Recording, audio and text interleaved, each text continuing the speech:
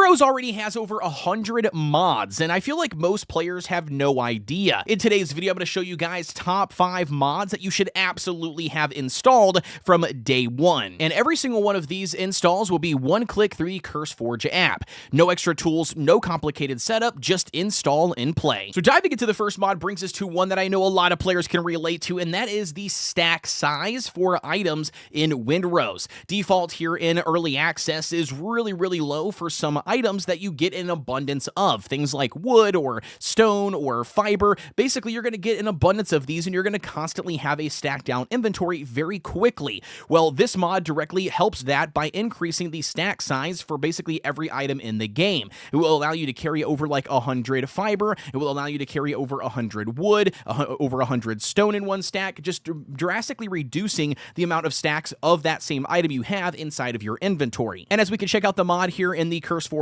app, you can see there's actually 2 different versions. You have the bigger stacks, which go all the way up to 999, which is insane, or you can use the bigger stacks of 100. So again, going from 50 wood to 100 wood basically doubles the amount of materials that you can carry in your inventory while reducing the amount of slots that you currently have taken up. It's a very nice quality of life mod, and I feel like this is something that pretty much every player can benefit from. Now, diving into mod number 2 brings us to one that could potentially be controversial depending on what type of player you are, not in just Windrose, but any game, and that is disabling the fog of war. Now, before you get your pitchforks and come at me in the comments here, just hear me out, okay?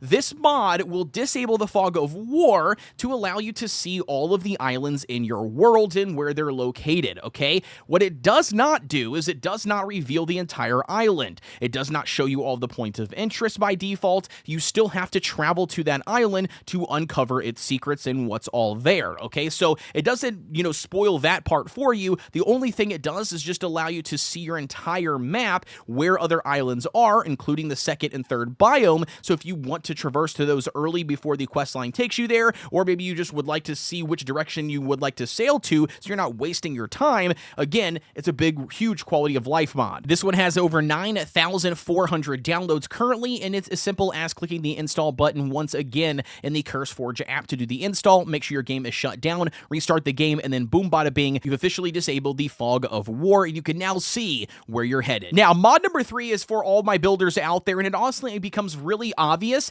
that you're going to need something like this once you start building an actual base in Windrose. And this mod is Extend Bonfire Radius. Inside of Windrose, when you place down a bonfire, it has a radius around it, and you can only technically build with inside of that radius most of the things, including your main base. This mod actually increases the default radius of the bonfires, basically allowing you to build a lot bigger than what you can defaultly do inside of the game. Again, as I mentioned, this is a huge benefit here in a quality of life for all my builders out there, especially people who like to build really intricate builds. And a little side note for all my creators who love to do building competitions, this one is a big one here and really good for one of those community servers. And that brings us to mod number 4, which completely solves a massive annoyance when it comes to limitations in Windrose. And that is fast traveling limitations and signal fire limitations. Both of these are super annoying in the game, especially when you're playing on multiplayer or if you have several different islands set up for farming different materials and want to quickly be able to travel between the two, but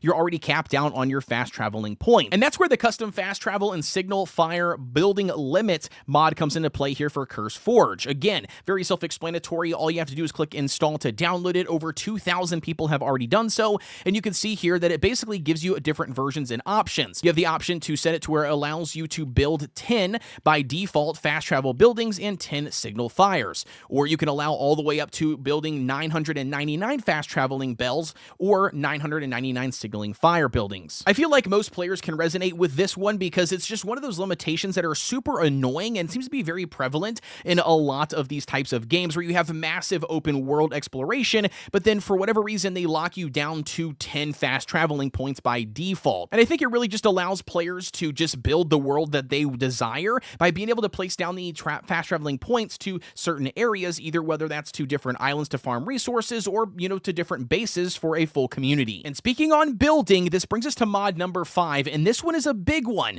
especially for people who are diving into the game for the very first time, looking to do mods from the start. And that is Better World Generation mod, again on CurseForge, one-click download and install, but it does have a couple of versions options and variations that you could pick and choose from. Basically, what this does is it expands or contracts the current default world in Windrose. The first option, as we can see here in the versions, is sparser, which basically means it's going to take the default amount of islands that you have generated in your world and then just separate them out a little further to make the traveling a little bit more realistic, right? It's not as close, not as dense. Speaking of dense, that brings us to the second option, which will basically shorten the distance it takes from the default islands inside of Windrose. It makes it a lot smaller, easier to fast travel between the two, kind of speeds up the overall progression of the storyline if you're hoping to just do that versus having to travel, a longer distance between the individual islands. And the third version brings us to bigger worlds and more islands, which basically means that it's going to go from the standard 50 islands generated in your world all the way up to 100 islands. There's going to be twice as many generic islands that you have seen in the base version of the game. It's going to add a lot more resource islands for you to gather and collect resources and even additional points of interest,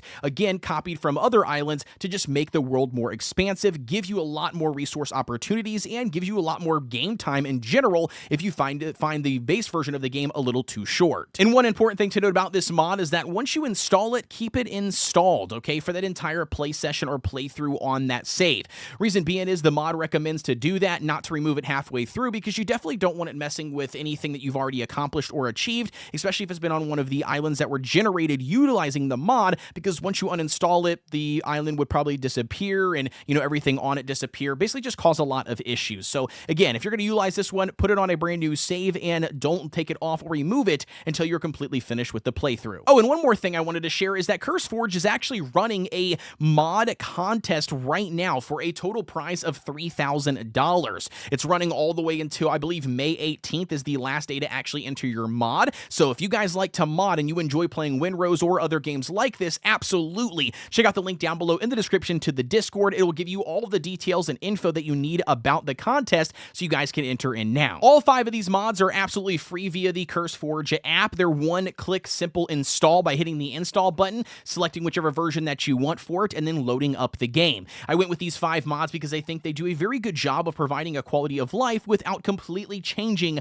the outcome or the end result of the game or the game's core experience, which again is very important to me as a player, as a content creator. I really want everybody to enjoy the game for what it is, but sometimes quality of life I think is absolutely necessary. As always, if you guys found this video helpful, don't forget to drop a like on it, drop a subscribe here, and put a comment down below. Let me know which of these top 5 mods you like, or if there's an additional mod that you think that other players should check out, drop it down there. With that being said, as always, guys, I'll see you on the next one.